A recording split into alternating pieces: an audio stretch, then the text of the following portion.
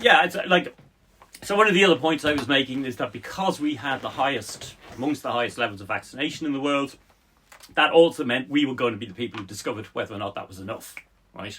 And maybe now it's leaning towards it wasn't enough and we needed to be a bit higher, basically. But the kind of political communication message wasn't that message. The message was that it was enough and that therefore we were about to return to normal and we could wind all this sort of stuff down. This is precisely a point we've been making ad infinitum, as in when the message is coming directly from public health, people have a certain level of trust in it, but it doesn't come with spin. But when it goes into the political sphere, it always comes with spin. And I think that this was specifically very much orientated towards a return to normal when they didn't really know what was going to happen. So the 92%, they didn't really know if 92% was going to be enough. In this case, I think it's one of the occasions where Neffet misstepped. You know that I mean, like, maybe this was due to enormous political pressure. Yeah, but it might be. It looked to me like they were quite keen to go with this idea that this was all coming to a fairly definite end. You know, there was some sort of mentions it mightn't be, but you know, they were going to continue it. And again, it might be related to this issue of trying to get, you know, schools up and fully functional and give parents reassurance, because I think what they were worried with the primary schools was that there was going to be a kind of parental rebellion with lots of people taking kids out of those kids schools, out all the time. And I mean, I think we went through a phase of a lot of kids getting pulled out anyway early, but that's probably actually dated rather, and that might still happen. You know, like I think there's still a bit of uncertainty around what's happening there. But anyway, so now we're in this situation where it's become. We know we don't have enough vaccination, so now we have to try and do another push for vaccination. And there's that question of, well, what do we do? Do we open the nightclubs in a week's time? That would seem a little bit foolish. Do we get rid of vaccine certification for accessing hospitality? That would seem even more foolish. But politically, do they feel they can roll back? Maybe you could go ahead with nightclubs being opened if you had vaccine certificates and you had some measured, you had some additional requirements in terms of, say, ventilation and things like that. That would temperature be? No, ventilation is kind of the key thing. I mean, basically the problem. So if you can, I'm not going to a nightclub anyway. What's it called? Twisted Pepper in Abbey Street, right? We have in the downstairs room in that. Which was this really low ceiling, literally sweat would. I used to love that because it reminded me of the early days, you know. Sweat would form in the ceiling and drip 90s. off your head. You'd be packed in really tight with loads of other people. It was a great Derek May gig there, loads of really good gigs. Doing all that in the time of COVID, no. That sounds like a really bad idea, doesn't it? So, that's probably a good illustration. Whereas other places, like that other one on Abbey Street that I don't really like. The Academy, probably? The Academy, right? Yeah. That's got a really big high ceiling. Huge thing, lots of big machines. So they're starting off with an advantage, and it's probably more modern building, so maybe you could get ventilation going there. Just throwing those two out as kind of random examples that people who live in Dublin and are younger might be somewhat familiar with. And I've never been to Copperface Jack's, so we couldn't tell you. Yeah, I couldn't tell you what Copperface Jack's is like inside. So it may not be that we need to stop it altogether, but we definitely it would be ludicrous to go ahead with the original Freedom Day light idea for October 22nd. But isn't of getting rid of certs and opening nightclubs. The nexus of the problem here is that the message was normalization, and we think 92% is enough, and the answer is it's not. So now we have to go back. There is this kind of going back and saying, well, we actually got it wrong and we need to start thinking about things, but they won't want to do that because they'll want to not panic people, but also they won't want to really own the actual decision, will they? They won't want to own the decision of it's obvious that they should own the decision that 92% isn't enough, because it's plainly not enough when you have over 2,000 cases a day and you have those figures going into ICU. So there has to be a rethinking of how you're going to send. I think that there is a silver lining to the last December's disaster in that it's always been given out about by Irish Times economists that it's made them risk averse. Right. You kind of go, I think a little bit being risk averse is actually a good thing. So people died. I mean, that's a pretty big risk. Yeah, that's I mean, we basically but in the scale of risks, death is pretty high. Without last December, we'd have come out of we'd be at this stage of the pandemic coming out of it with a mortality of about 500 people per million, and instead it's almost 1,100. I mean, that was the cost of that. But that kind of does mean, I think, there's a little bit of caution by the political class that they're not seen to repeat that again. Yeah. Because electorally it would be bad for them. Well, we're all thankful for that. Yes, yeah. So we'll see, I think. But at the same time, you would think then that they would be pretty quick in just saying, well, we're not actually opening up nightclubs. I mean, what's the delay? There's an economic. I mean, there's multiple pressures there. There's the economic. What that does for the economy. There is a lot of people just want to get back to normal. Like, there's an awful lot of people out there, they want to get back to normal. They're just hopeful that somehow we can just steam through this. They're kind of just in denial about the fact that, what it means is that Aunt Mary won't be able to get her operation or whatever. They're just not thinking about all those sort of aspects of it. Yeah. Some people are very aware of them, there's a whole spectrum of things. So there's kind of economic and political reasons why politicians might go with wishful thinking, as long as that wishful thinking looks somewhat credible, and some of them, there's a certain amount of politicians also just don't care. So that's also definitely true. And like, we're talking about these, we talked about this, I think, the one up to December. When you're talking about some of these, you're sort of thinking nightclub operations as, some small businessman or whatever, but some of these aren't. They're really big multinational operations with tens of millions of income behind them. They're big lobbying kind of operations. They're not insignificant in terms of political decision making from that point of view either. So there's multiple things going on, some of which the desire to get back to normal you can completely understand, some of which should maybe be a bit more cynical about, but that's where we are with it. But then where does the health system come into the equation? Surely that's pretty paramount in terms of, like, I know the figures you were talking about, ICUs of 60 or 70? About 70 at the moment. Yeah, which means there's capacity there, but well, there may not be capacity because it's 70 going into the period when capacity in normal times is reduced because so many sick people end up in hospital. So it's limited. Yeah. So with that as a barometer, and I'm sure if people are actually I don't know who is talking to people in the health service, but I would imagine the health system is ragged and frayed and been dealing with this for so long now that it must be really difficult to just even maintain kind of any kind of standards and separation in terms of controlling of the COVID, because it seems like from various reports you hear that it seems like just every hospital has COVID in it, and COVID, is within each of the hospitals. So in that context, you have to balance that up with the decision about how you're going to message this, how you're going to control it, and the economic concerns. But that has to be a factor in terms of what they decide to go do from now on, because what they send out as a signal will definitely influence that. We seem to be at a tipping point in terms of this could go a hell of a lot worse. And totally break the health system, couldn't it?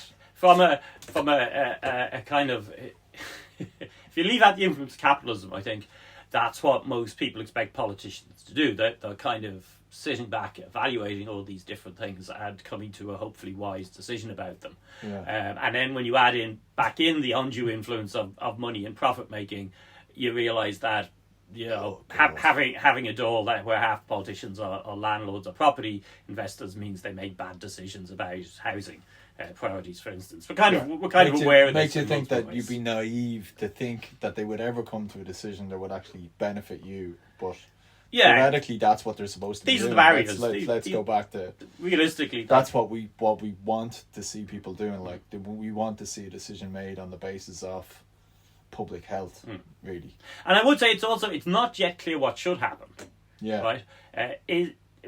If you remember back in early July, we saw this surge that it turned out to be due to the Euros. right? And people obviously, men mostly, gathering together to watch the Euros, and we had this quite alarming period of about 2 weeks where cases shot up, and then that actually settled down again, and it wasn't a problem. If that theory I was putting forward earlier, that maybe this was communion and confirmation driven, everything was stored up. Maybe those have now mostly ended, so maybe it will settle down again. Maybe people being alarmed at the rise of cases will be more careful, so therefore maybe we'll settle down here. We don't, so it's kind of, we have enough data to know there's a problem. We don't have enough data to know if this is a brief spike or if it's actually the start of a fifth wave. Okay, so that's the problem in terms of the trajectory. We don't know if this is just going to keep going up, or if it's just going to start falling down again. Okay, and then there's the other aspect of all this, which is if the strategy is to move to a point where COVID is endemic, then there's a limited point to actually trying to control waves, right? It's not that there's no point, but you just have to deal with them. In controlling them, the cost to controlling them is that you're displacing cases forward. So that, if you're allowing it to become endemic, then what's going to happen is every 3 to 5 years, all of us are going to be infected by COVID-19. That's what endemic COVID will actually look like. Unless we have constant booster shots being rolled out. But assuming that's not the way it goes, that's what happens. And then the hope is that with each subsequent infection, your immune system is more familiar with it, responds better, and therefore it's less severe. And eventually we end up with something that's more like a common cold, where it's annoying. Right. Yeah. Now there's an awful lot of we haven't done this a lot of before. What ifs. We've never done this in the context of vaccination. Right. So like at a very simple, crude level, what if actually what happened with the other COVIDs is they just killed everybody who was susceptible? Yeah. They were removed from the population, and the rest of us, it's not that our immunity developed or anything else. It's just that. It's a survivor effect. We survived, everybody else didn't. I don't think that's likely to be the situation, but it is the problem with the novel part of the novel coronavirus. We actually don't know for sure which way things are going to go. We kind of do know that some people, their initial bout of COVID is so severe that there's long-term damage done to them. Those people are probably not only less capable of resisting future COVID infections, they're probably less capable of resisting other infections full stop. So that even with that, there's a cost to it. But the thing that's been unclear up to now is, well, what would the cost of endemic COVID look like? And as I said, the thing I was giving out about the last show, that the HSE wasn't giving us sufficiently detailed information on vaccine breakthrough, deaths and ICU admissions, has now ended, because they've now started to put up reports once a week that give a total since April, which is what I was annoyed about, of this many people went into ICU were vaccinated and weren't vaccinated, and that's what the percentage. That data is not that great because not that many people were vaccinated in April, so it's mixing loads of things up. Okay. However, what they've also started doing is giving a total by month of the number of vaccinated people who ended up in ICU, or the number of vaccinated people who died. And because I've been keeping a track of how many people go into ICU every day, and I have a spreadsheet with all those numbers in it, I could do cross comparisons. So if they tell us, for instance, that there were 30 vaccinated people in ICU in August, I can look at my spreadsheet and I can see that there were 127 people went into ICU in August. So 30% of those 127 people were vaccinated. Mm. And I can see in September, there were 34 vaccinated people in ICU, 134 had gone into ICU in September. So it's 25% there. My suspicion is that 25% may rise to 30% because it seems to take time to get vaccine status, because in October it's only 6%, so that's clearly going to go up.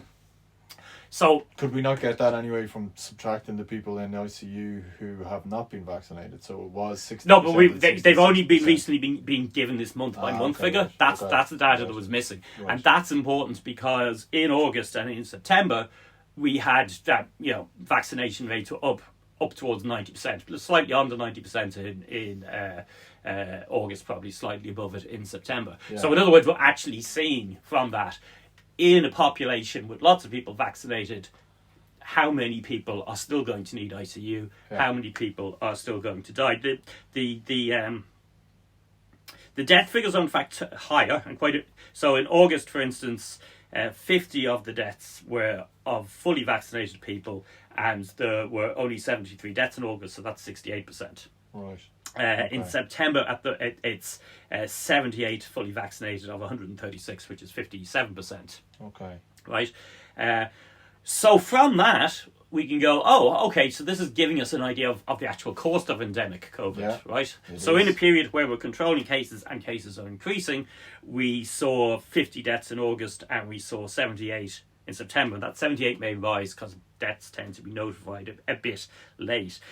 And you begin to go, if you remember, I said, my feeling was that endemic COVID in the first year or two would mean 1,500 to 3,000 deaths. They look like numbers that will get into that ballpark as it sort of spreads. And with the ICU thing, we can do something that's actually even more useful, which is I've been working out what percentage of cases end up in ICU, right?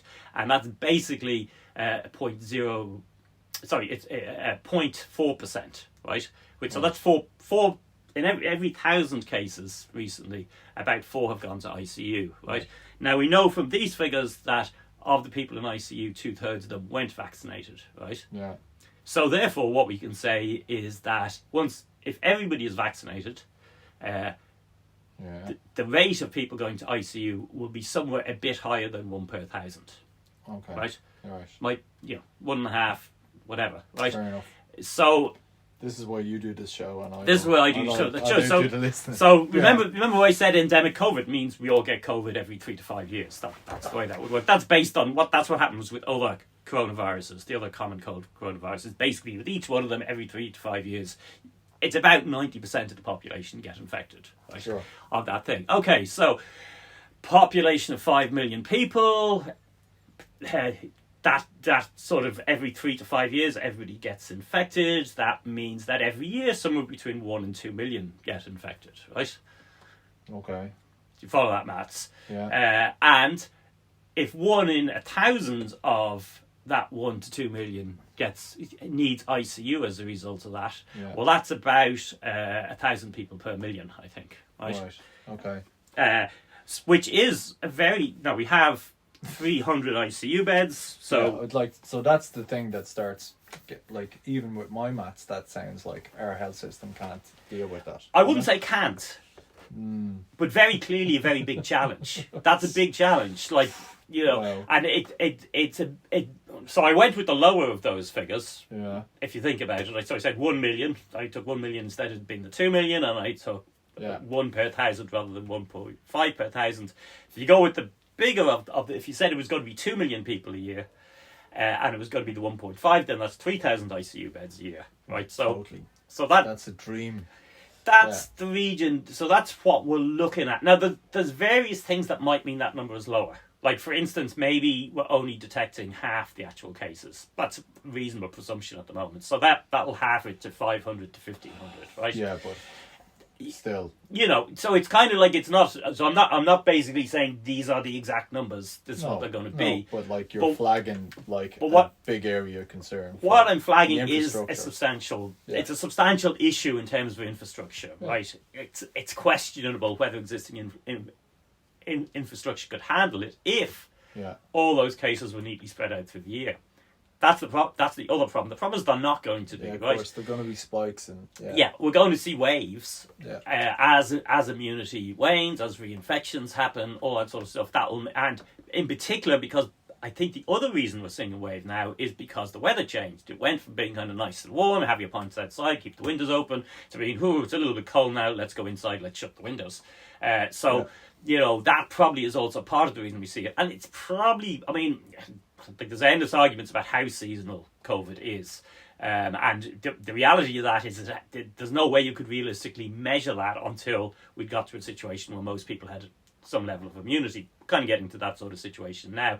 I think it's probably quite reasonable, just even in terms of people being forced inside, to presume that there will be a significant seasonal spike in once the weather starts getting colder, right? Yeah. And also, if we think about the way Christmas is marked, everybody goes out for dinners, they meet up in the pubs in large numbers, they go to office parties, all that sort of thing. Yeah. That's also an additional breeding opportunity for the virus as well. So, in other words, realistically, with endemic COVID, we're looking at a demand for somewhere between 500 and 3,000 ICU beds every year, and that demand being focused in the winter season, when as we already know, very typically in January, hospitals have to start shutting down services because of flu and the number of people with flu in it. And it isn't even that the problem will be flu plus COVID, because people will get infected with both. And that's probably going to be more severe again, and more of a demand on resources. So this is the problem we're starting to see with the endemic COVID plan, right? That the endemic COVID plan seems to mean, and we couldn't know this 6 months ago, because it's only once you've lots of people vaccinated that you can start to see how many of those people end up in ICU. You know, so it's not that they got it wrong or something. It's just that there was no way of knowing. But it looks to me like the endemic COVID plan isn't going to work without one, expanding health service quite considerably. Probably a lot more ICU beds. Problem with that is we're used to talking about ICU beds. It's not really the beds that are the issue. You can buy the equipment. It's training and staff. That's typically a 2-year process. And there's a problem there that the pandemic has burnt out an awful lot of healthcare staff. So people have been leaving. And we don't pay them properly anyway in the first place. So. Leaving rather than coming in. So actually, say increasing from 300 to 450 ICU beds, even those ballpark figures I've been giving, that would seem to be an absolute minimum, would be quite a challenge, and isn't really being discussed at the moment. The figures being given out are much more modest. And then the second thing you're going to need to do, particularly if you fail to do that first thing, is you're going to have to bring in restrictions where you expect those wave peaks to be, to try, because ideally what you want to do is then try and push those cases forward into the spring when the hospital system isn't overloaded. So if the 1 to 2 million could please get infected between March and the start of October, rather than between October and March, that would help somewhat. So that's the. But what politician's going to go out and cancel Christmas? yeah, exactly. So in other words. Wow. I think the thing that's missing from the debate to date has been the very significant cost of endemic COVID at the level of hospitals, but also at the level of having to rearrange society in order to try and minimise these peaks. There's not, it's not like there's an easy solution to any of this that we can just push a button. One thing that I think that's the reason we'll probably see booster doses becoming normal. My suspicion is that in terms of... That's kind of heading off doing the structural changes that you need to do. Over 65s, you're probably going to be looking at maybe doing a booster dose every 6 months in order to reduce transmission. Initially, you might be talking about trying to do that with a lot of the population, purely because it looks like... basically, when you get a booster dose, your immune system becomes actively aware of COVID again. And basically, it means you've antibodies go back out, and as soon as COVID arrives, they start fighting it. If you haven't seen COVID past 6 months, then those antibodies kind of just, your body stops bothering to make them. It's still got memory, so if COVID appears, we'll start to make them. But the problem is, from the data we're seeing, particularly about Delta, it looks like in the period between COVID arriving and your body manufacturing those antibodies, you become infected, obviously, but you also become infectious enough that you can therefore start spreading it to other people. And, R is above 1, blah, blah, blah, all those situations. It's not, this is obviously not good news.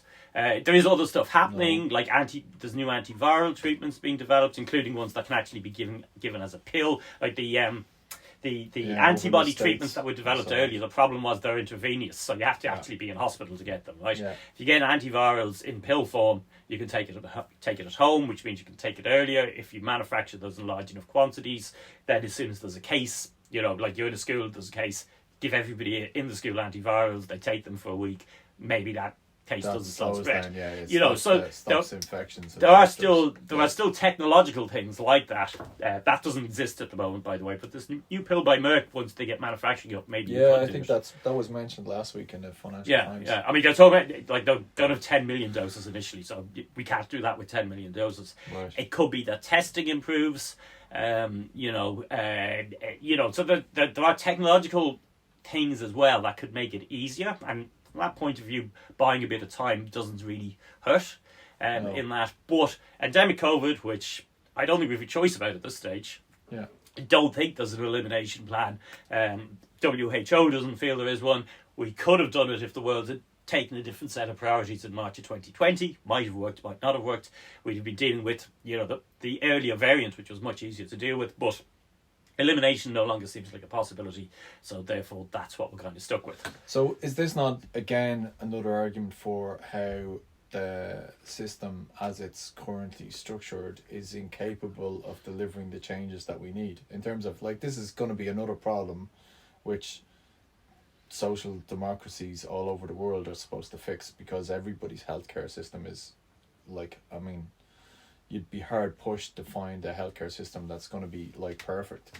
So all of them are in trouble, but there's not going to be a healthcare system that's going to be able to deal with the cost of endemic COVID. It sounds like, like, not within the context of the Irish system. No, I don't think that's true, actually. Right.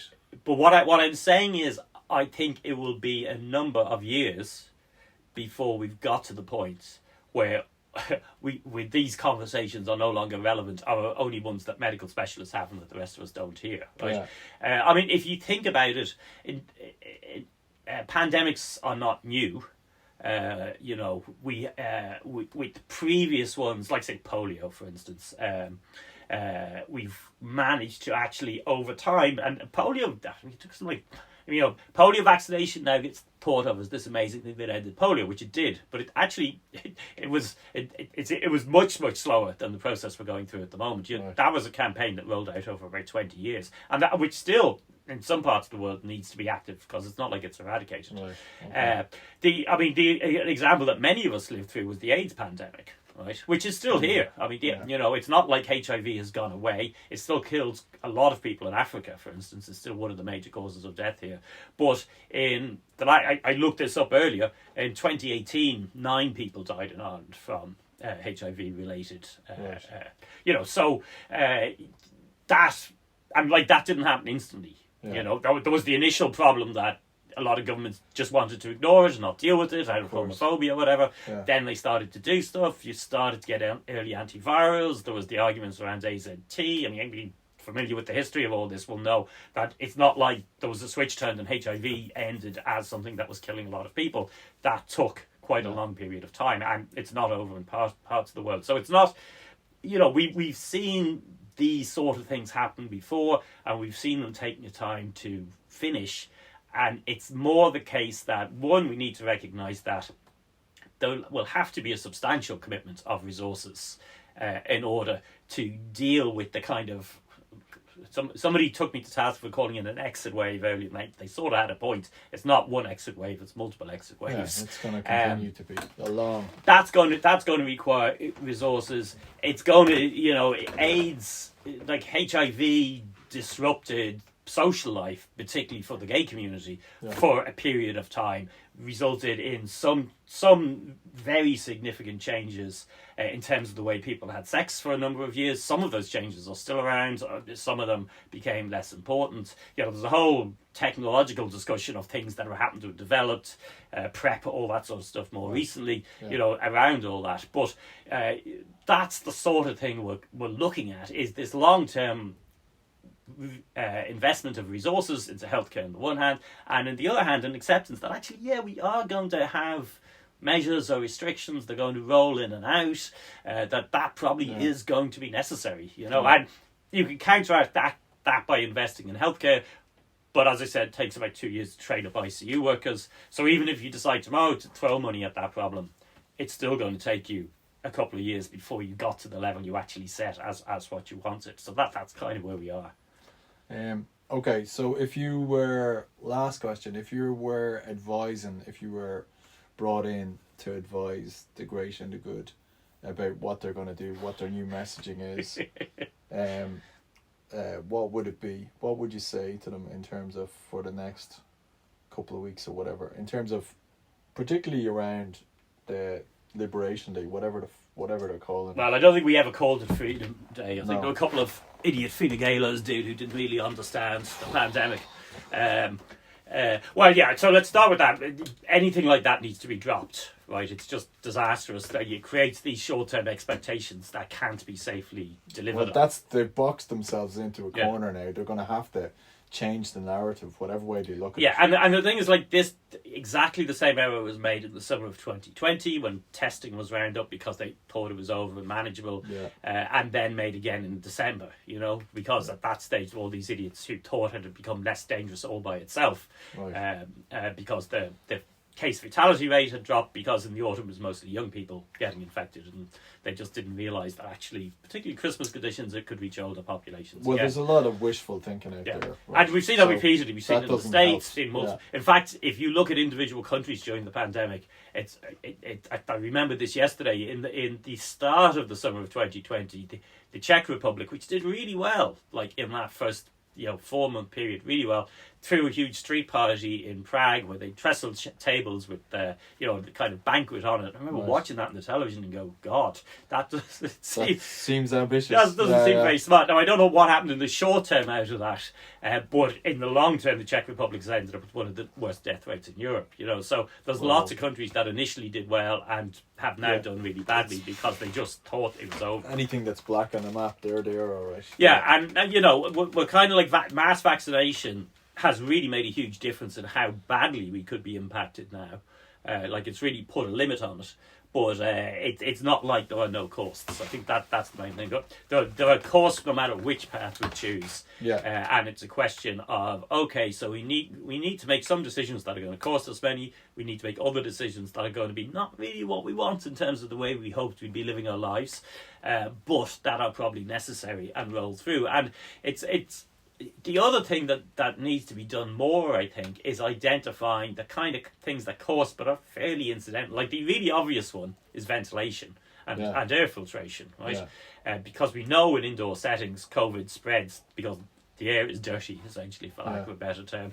And it's going to cost money, but actually not that much money. HEPA filters are quite cheap, actually. Right. One of the things you can do with that is you can introduce, basically treat ventilation requirements the same sort of way that we currently would treat food poisoning and food safety requirements. As in, there's inspections. If you fail an inspection, you can get fined. If you haven't made any attempt to do it about, you can get shut down, or if there's an immediate danger, you can get shut down. The customer can see what the air quality is like. Yeah, you can put CO2 monitors on the walls so people can see all that sort of stuff. I mean, that's the sort of stuff that's going to annoy people in that industry, because it means cost for them, and it also means like hassle in terms of monitoring things and customers asking questions.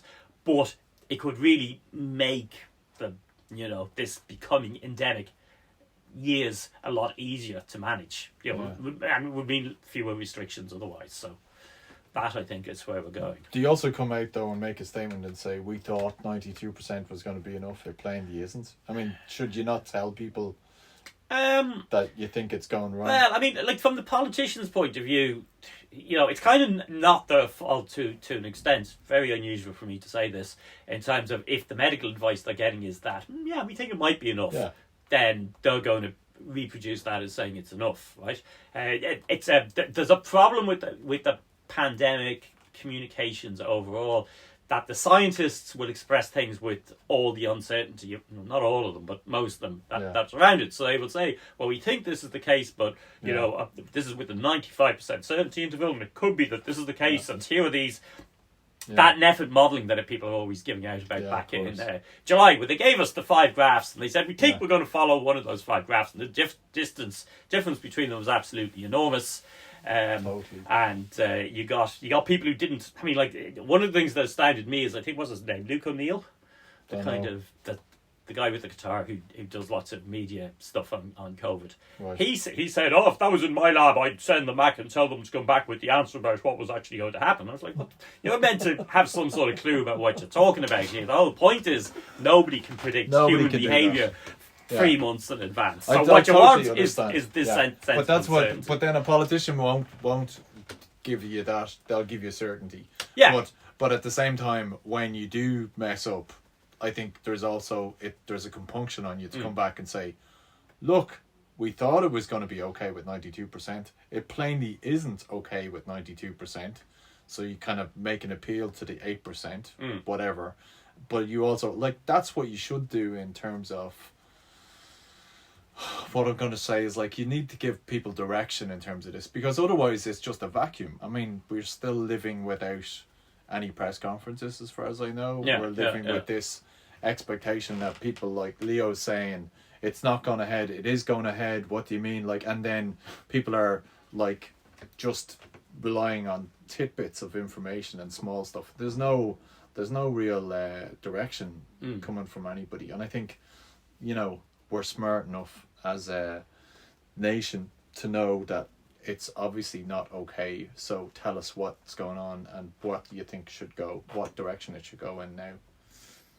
Hopefully that'll happen, or we'll just be back next week. Yeah. Is that what you expected? You expect we're gonna start keeping doing these things for? We Should might I postpone my career. Yeah. Come back. We might end up doing a show next week. I think it will depend what way things go. Because we're not really sure, but we're still not sure if this is a spike or if this is an upward trajectory. Then we'll be back next week. This is the reason they use the 14-day incidence as one of the markers, because it's as I've said before, it's frustrating because if things do change, it takes a long time to see it's changed. It does have the advantage though that if you have a 1 week spike, it only affects it a little bit, and then it goes the other way. So speaking of 14-day incidence, what is our 14-day incidence then? You asked me earlier, but it's 433, I think they said it was. Okay, right. So that's definitely below 2,000. So that's cases per 100k. So if you remember, that briefly went up above 500. I think around the start of August, and then came back. Cases came back down.